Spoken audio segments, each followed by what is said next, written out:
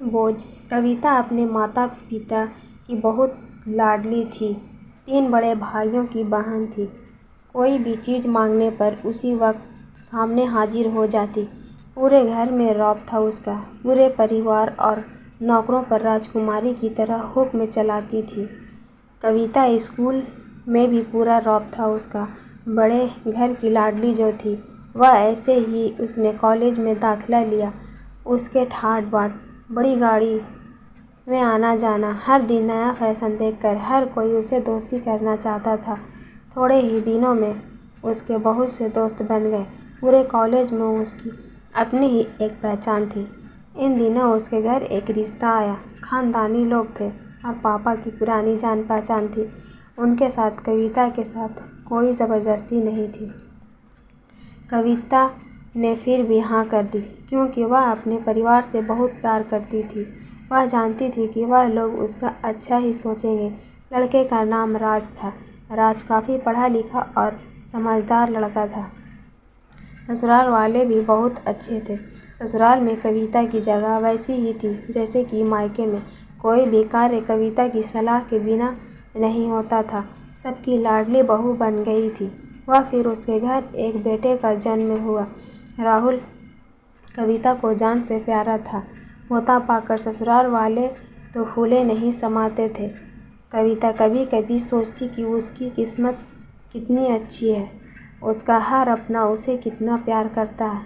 चाहे जीवन में कैसा भी समय आए, मेरे अपने हमेशा मेरे साथ हैं। मैं कभी अकेली नहीं हो सकती। कितनी खुशकिस्मत हूँ मैं। पर शायद कविता की खुशियों को उसकी अपनी ही नज़र लग गई थी। एक दिन वह मायके जाने की जिद कर बैठी। राज को बहुत काम था, लेकिन वह फिर भी उसे ले गया।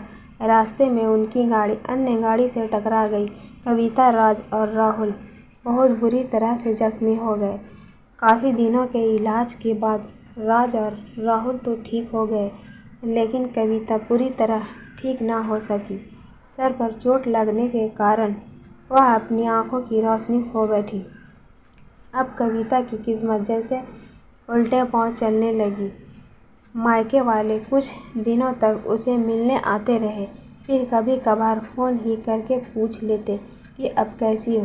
धीरे धीरे यह सिलसिला भी कम हो गया। ससुराल वाले की सहानुभूति भी कम होने लगी।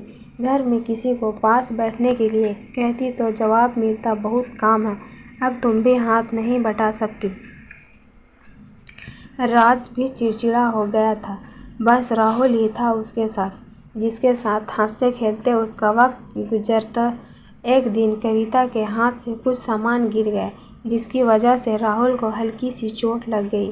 कविता के सास ससुर ने राहुल को उससे अलग कर दिया कि कहीं उसके ना देखने की वजह से बच्चे का कोई नुकसान ना हो जाए। कविता अंदर से टूट चुकी थी। एक दिन उसने सबके सामने मायके जाने की इच्छा रखी, तो राज उसे तुरंत मायके छोड़ आया, जैसे कि वह भी यही चाहता था। लेकिन राहुल को उसके साथ नहीं भेजा गया।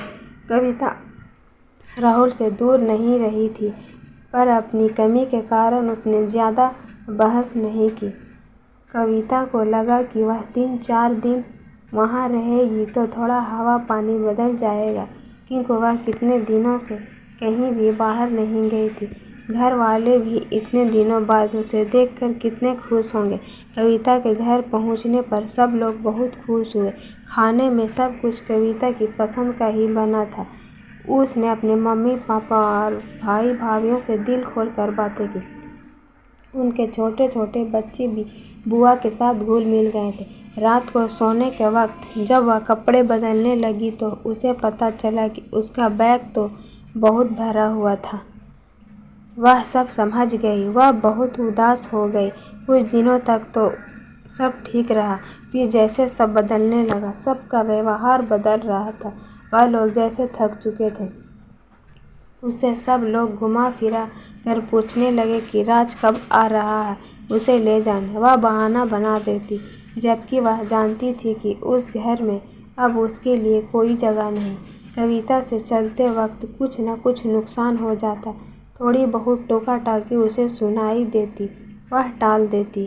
एक दिन उसके हाथ से लगकर एक कीमती फूलदान टूट गया। छोटी भाभी ने बहुत हंगामा मचाया। कविता के माता पिता रोज रोज के झमेले से तंग आ गए थे। उन्होंने राज को खुद से फ़ोन कर दिया। राज कविता को अपने घर ले गए। कविता को अपने परिवार वालों से ये उम्मीद न थी कि जिस कविता के कहे बिना घर में एक पत्ता भी नहीं हिलता था, उस घर के लिए वह अब बोझ बन चुकी थी। राज के साथ ससुराल आते वक्त वह बहुत खुशी थी, क्योंकि वह अपने घर जा रही थी, अपने जिगर के टुकड़े राहुल के पास। परंतु यह खुशी भी कुछ पल की ही थी। सारा बंदोबस्त पहले ही किया हुआ था। कविता को सीधे ऊपर वाले कमरे में पहुंचा दिया गया। राहुल से दूर रहने की सख्त चेतावनी दी गई। एक काम वाली लता को उसकी जिम्मेदारी सौंपी गई, जो उसके खाने पहनने जैसी ज़रूरतों का ध्यान रखती। कविता ज़्यादातर चुप ही रहती।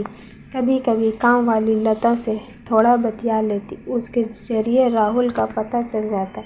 सबकी लाडली बेटी और बहू उसके लिए लाडली से बोझ बन चुकी थी।